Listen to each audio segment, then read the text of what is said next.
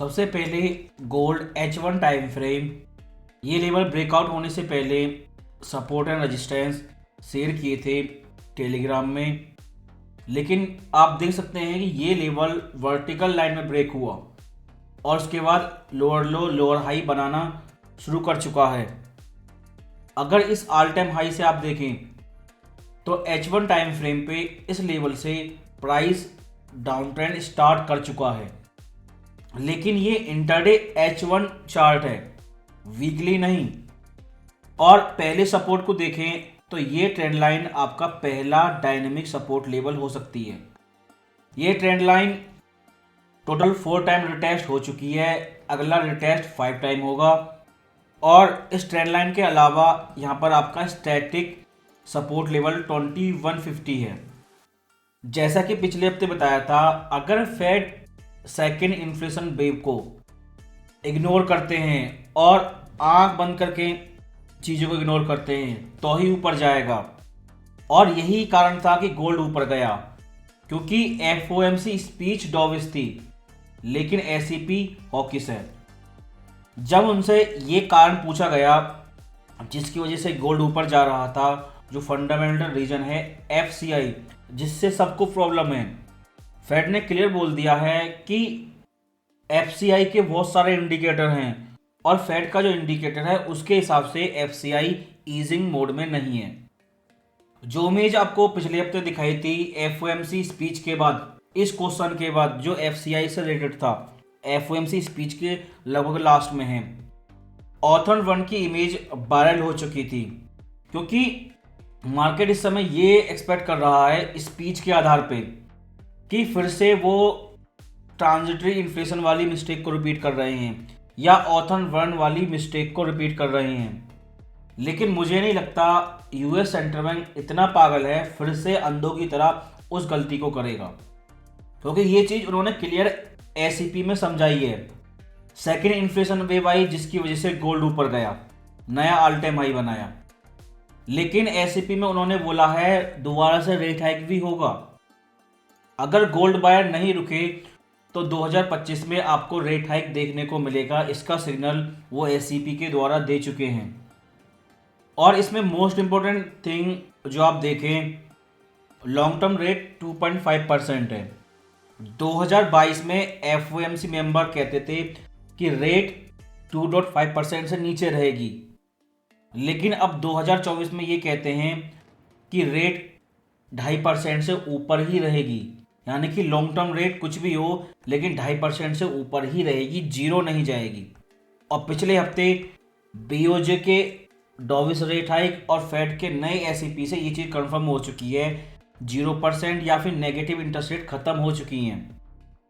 अगर सारी चीज़ों को देखें तो सारी भीड़ केवल FOMC स्पीच को देखती है और दूसरों की बताई बातों पे बिलीव करती है, जो डॉविश थी, इसमें कोई शक नहीं है।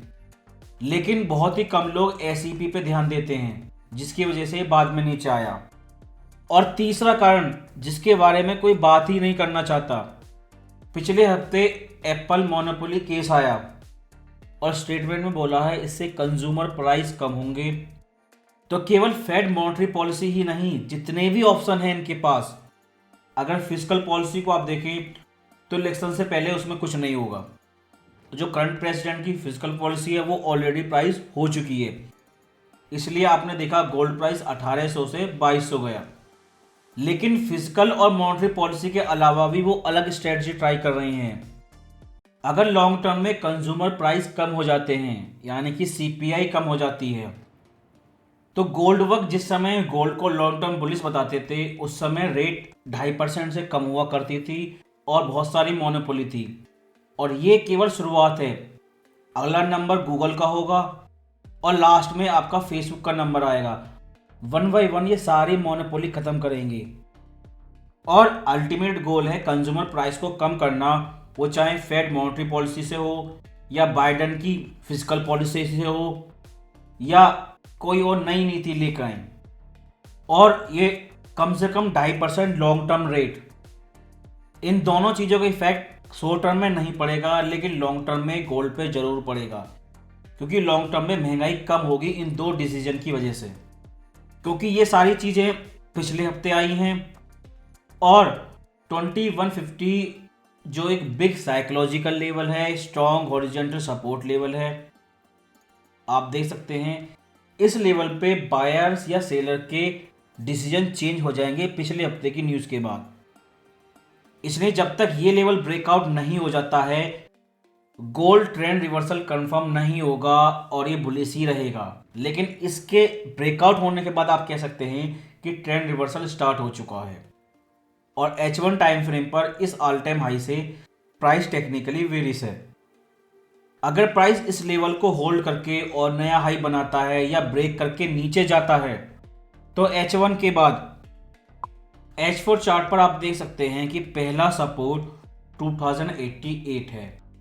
इन दो लेवल के बीच में एक बड़ा सपोर्ट नहीं है, या तो प्राइस इनके बीच में साइडवे करेक्शन करेगा या फिर 2088 लेवल को फिर से रिटेस्ट करे।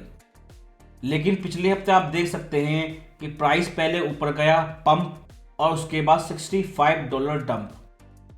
और ज़्यादा क्लियरिटी के लिए अगर आप डेली चार्ट को देखें तो ये दिसंबर FOMC का लो है जब फेड ने बोला था 3 रेट कट होंगे। लेकिन उस दिसंबर FOMC से पहले और बाद में दोनों ही बार मार्केट ने 7 रेट कट प्राइस करे। मार्केट का रिएक्शन और इस मार्च ACP और इन दोनों समय के बीच में ये सारे इकोनॉमिक इंडिकेटर, इन्फ्लेशन के प्रति फेड का रिएक्शन और मार्केट की 7 रेट कट के एक्सपेक्टेशन के प्रति फेड का रिएक्शन, इसके बाद भी फेड अभी भी 3 रेट कट के लिए बोल रहे हैं। लेकिन प्रॉब्लम यह है 3 रेट कट के पक्ष में सारे FOMC मेंबर नहीं हैं।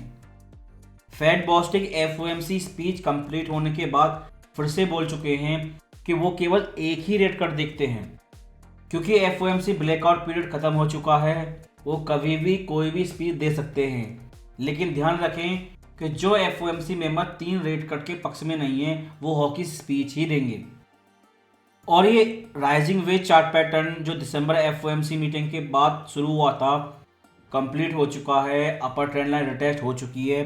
इस समय प्राइस लोअर ट्रेंड लाइन को रिटेस्ट कर रहा है। अगर प्राइस फिर से ऊपर जाता है, क्योंकि मंडे मार्केट ओपन से पहले एक और वॉर न्यूज़ है, अगर ऊपर जाता है तो इस अपर ट्रेंड लाइन के रिटेस्ट होने पर आप फिर से सेल करेंगे। लेकिन जो प्लेयर कहते हैं लॉन्ग टर्म गोल्ड बुलिश है, गोल्डबर्ग, उनसे आप ये पूछें कि अब FOMC मेंबर कह चुके हैं कि लॉन्ग टर्म रेट कम से भी कम 2.5% रहेगी और मोनोपोली केस स्टार्ट हो चुके हैं। आपने एप्पल के एग्जाम्पल से देखा, क्योंकि जितने भी लोग गोल्ड ट्रेड करते हैं किसी भी रूप में, चाहे वो फिजिकल गोल्ड बाय करें या spot gold XAU USD trade करें, उन सबको फेड मॉनेटरी पॉलिसी समझ में आए कि नहीं, उसका इफेक्ट समझ में आए कि नहीं, लेकिन इतनी बात सभी लोगों को समझ में आती है, अगर एप्पल मोनोपोली खत्म होती है तो आईफोन का प्राइस कम हो जाएगा। और इसकी वजह से इन्फ्लेशन एक्सपेक्टेशन जिस तरह फेड मॉनेटरी पॉलिसी डिसीजन से कम होते हैं ठीक उसी तरह से कम होंगे, लेकिन उससे कहीं ज़्यादा पावरफुल तरीके से। मैं फिर से रिपीट कर रहा हूँ, सब लोग FOMC स्पीच के बारे में बात कर रहे हैं, बहुत ही कम लोग ACP के बारे में बात करेंगे, लेकिन ये बात कोई नहीं बोल रहा कि एप्पल मोनोपोली इफेक्ट गोल्ड पर आने वाले समय में क्या पड़ेगा। इसलिए डेली चार्ट पर अगर H4 टाइम फ्रेम का 2150 सपोर्ट लेवल ब्रेकआउट होता है तो केवल एक ही सपोर्ट है 2078। अगर वीकली चार्ट को देखें तो हमारा पुराना स्ट्रॉन्ग हॉरिजॉन्टल सपोर्ट लेवल है 2080 और इस नए लेवल 2180 के पास में आप देख सकते हैं 3 weekly candlestick clear rejection show कर चुकी हैं। आपको 3 हफ्ते बताए थे, तीनों ही बार आपने देखा कि प्राइस ने ट्राई किया लेकिन 2180 लेवल को ब्रेक नहीं कर पाया। आने वाले समय में मार्केट किस चीज़ को सीरियसली लेता है ये उसकी चॉइस है, FOMC स्पीच या ACP या एप्पल मोनोपोली केस। उसके बाद या तो प्राइस ब्रेकआउट के बाद इस हॉरिजॉन्टल सपोर्ट लेवल के ऊपर साइडवे करेक्शन करे तब ब्रेकआउट करे, या पहले रिटेस्ट करे। इस हफ्ते और भी बड़ी न्यूज़ हैं GDP और PCE। अगर PCE नंबर वीक आता है तो ये चीज़ ऑलरेडी प्राइस इन हो चुकी है और short term gold up and down movement करेगा। लेकिन अगर ये नंबर बहुत ज़्यादा स्ट्रॉन्ग आया तो फिर फेड रेट कट को डिले करेंगे। हो सकता है सितंबर महीने तक पहला रेट कट शिफ्ट हो जाए। स्ट्रॉन्ग पीसी नंबर आने की कंडीशन में गोल्ड प्राइस नीचे आ सकता है। बिगिनर इंट्राडे ट्रेडर के लिए इस हफ्ते अगर आप देखें तो सबसे पहले 2180 आपका स्ट्रॉन्ग रेजिस्टेंस लेवल है वीकली चार्ट पर। प्राइस इस लेवल से ऊपर क्लोज नहीं होता।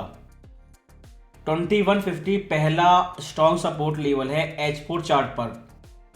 जब तक ये लेवल ब्रेकआउट नहीं होता चांस नहीं है कि गोल्ड 2080 फिर से रिटेस्ट करे। और इसी वीकली टाइम फ्रेम पर लास्ट सपोर्ट है आपका 2080। वो 3 हफ्ते 3 अपॉर्चुनिटी जा चुकी हैं। अगर आपने ऑल टाइम हाई पर सेल किया है तो उस एंट्री को होल्ड करें जब तक प्राइस उस लेवल से नीचे है।